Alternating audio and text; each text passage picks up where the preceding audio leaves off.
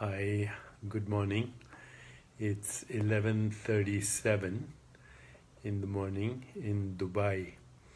I'm here for the World Government Summit, which is going on right now in Dubai. I have to speak this afternoon at 4 o'clock, and my topic is hope in times of uncertainty. So I will not talk about that right now. It's a very interesting conference, and there are people here from all over the world, and I'm feeling very gratified at being able to speak here. Here are some of the highlights of the experience that's happening here today. Let me show you a little bit of that. I guess I'm having trouble basically showing everything, but this is the newspaper today, and all kinds of interesting topics are going to be discussed from people from all over the world, including the future of technology, exploring outer space, colonizing space, driving the biotechnology, driving the future of health and well-being, and on and on. Redesigning longevity, and the Prime Minister of India is here as well, so very exciting. And then tomorrow I leave for Los Angeles to continue with my book tour on healing the self, the healing self, healing the self, the healing self, same thing. The self that heals spontaneously. So I want to talk about something today that sparked my desire to communicate with you, and that was an email I got from a friend of mine called Anup Kumar with a quote from Yoga Vasishtha. And the quote was, "Bondage is none other than the notion of an object." Bondage is none other than the notion of an object. So let me explain what that might mean, okay? What that might mean. What that actually really means.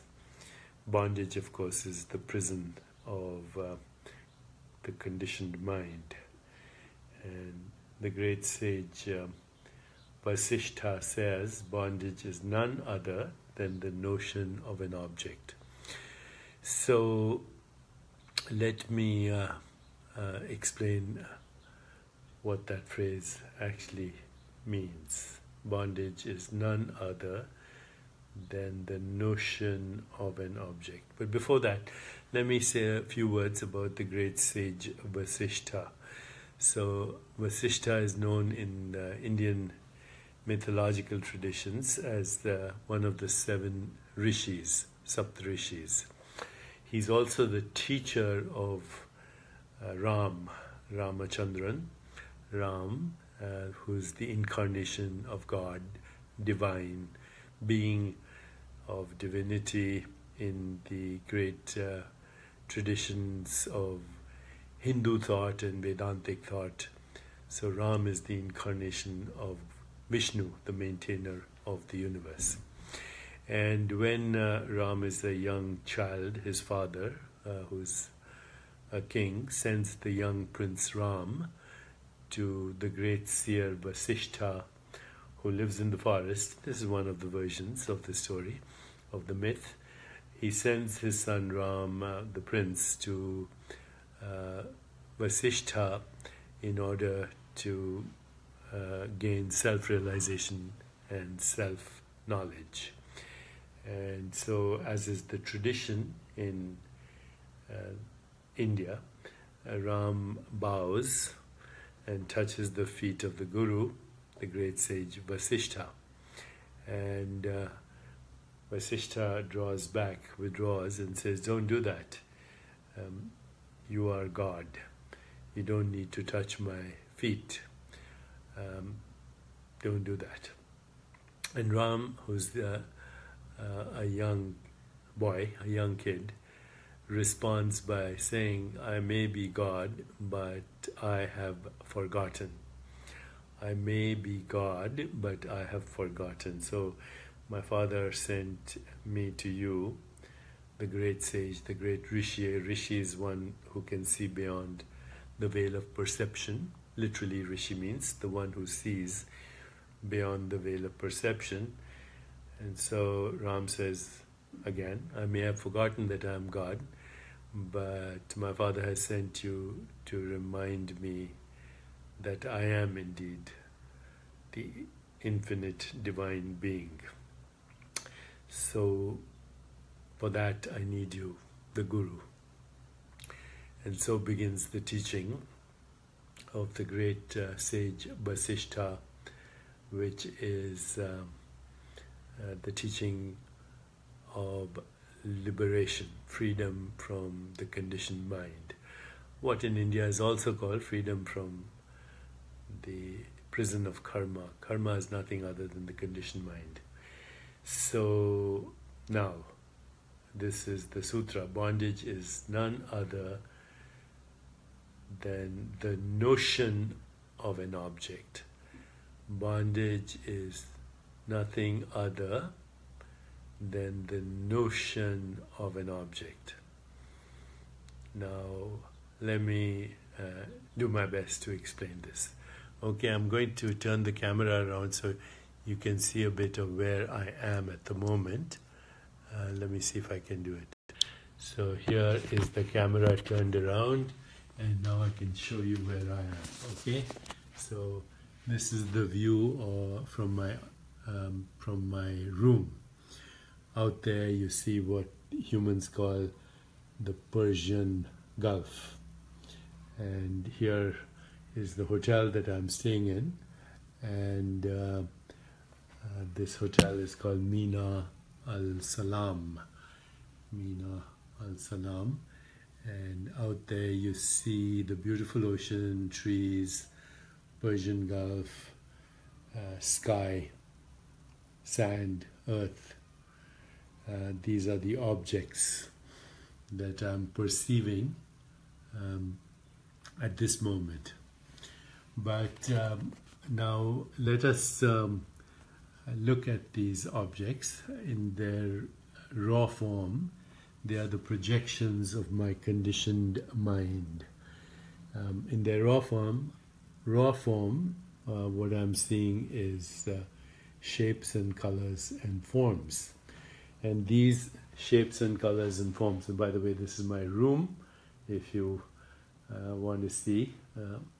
That's my bedroom, and here is where I'm staying, and you see beautiful objects here. So many objects.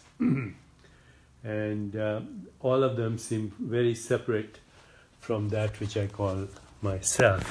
All these objects seem very separate from that which I call me, this body-mind. But this body-mind is also an object that I'm experiencing in the same way as I'm experiencing everything else. And in its raw form, its sound, its color, its shape, its perceptual activity. That perceptual activity is happening in awareness, in that which we call awareness. And awareness is infinite being, infinite formless being.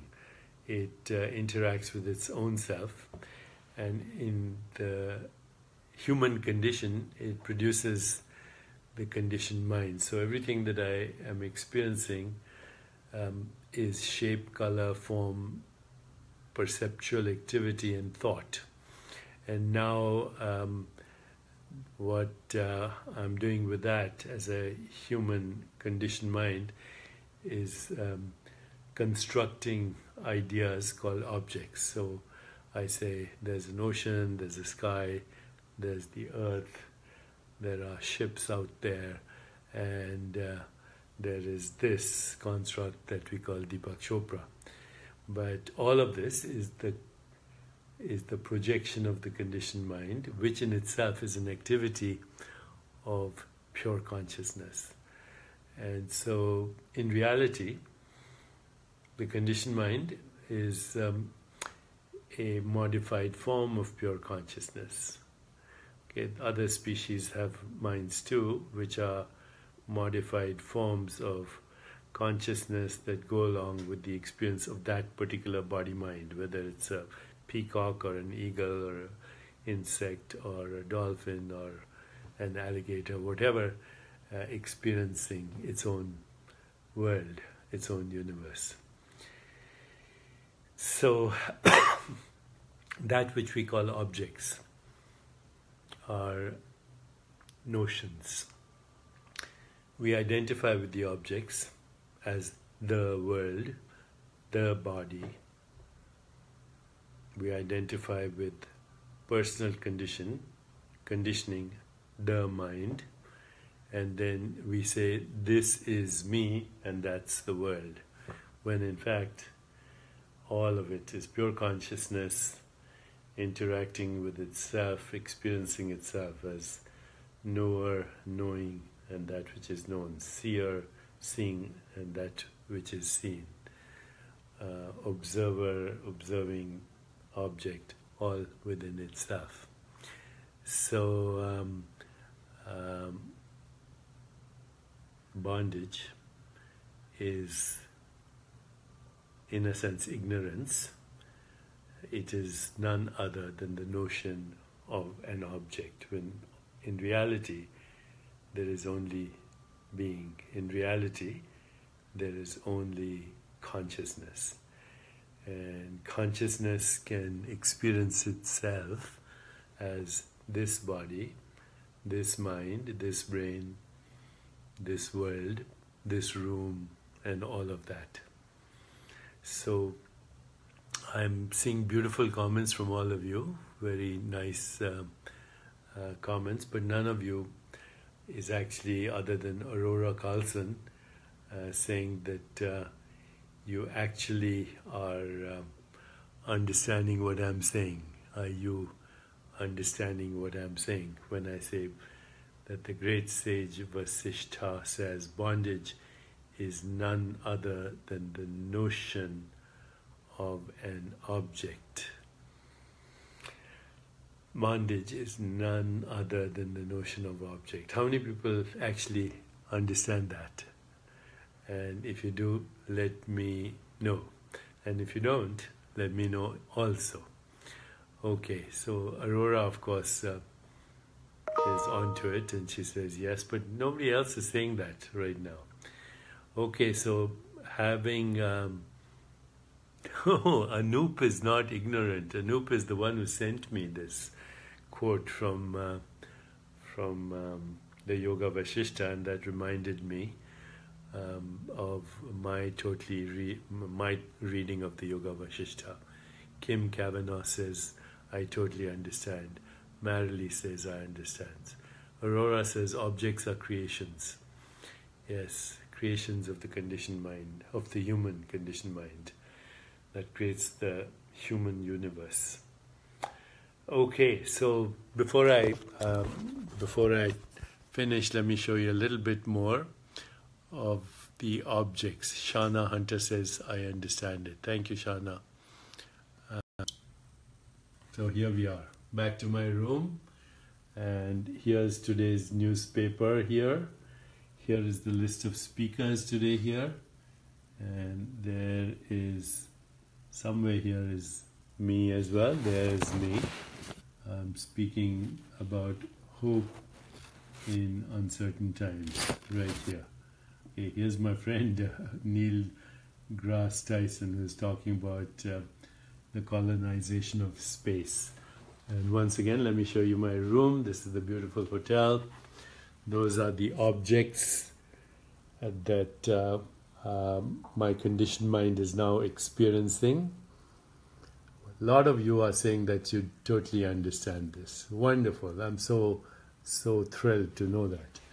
So once again, this is my room, and very soon Lisa understands, and very soon I have to actually go and give my talk. So I'm going to have to say goodbye. But now that I got this feedback from all of you, I actually am feeling very glad that all of you are on board, that bondage is none other than the notion of an object. So what is reality? Reality is infinite being.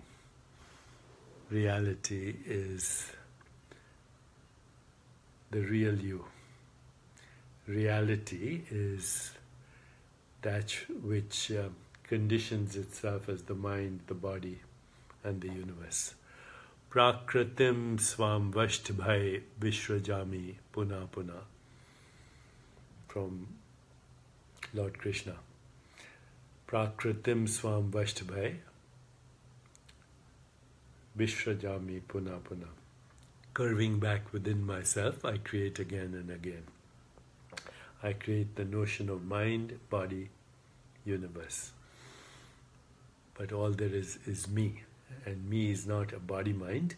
Me is the awareness in which infinite body-minds are experiencing infinite so-called perceptual realities. This is freedom.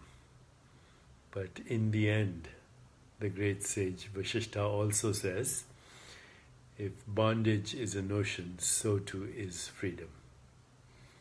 Ultimate reality, which is you, is inconceivable, non-tangible, not perceptible, unimaginable. But as formless being, it experiences itself as form and phenomena. And these forms, all these forms that I see, are phenomena, and all these phenomena are nothing other than excitations or activations or spanda. Spanda means vibrations of infinite being.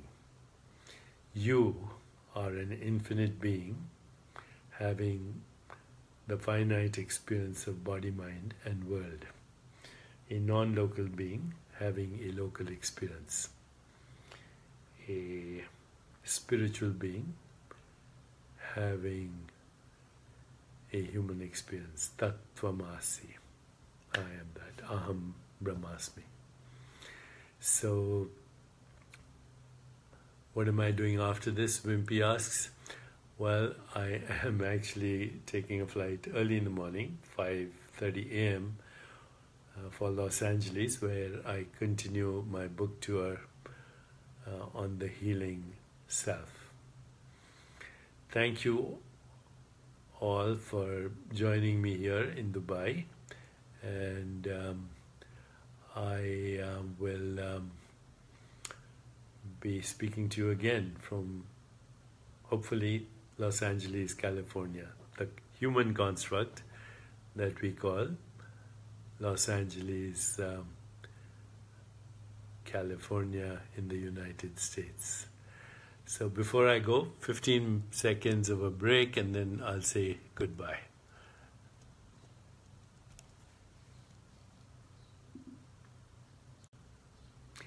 So I'm back, and I want to say goodbye, but once again, let me give you a little bit of a treat and show you the view of objects, the human constructs from my room.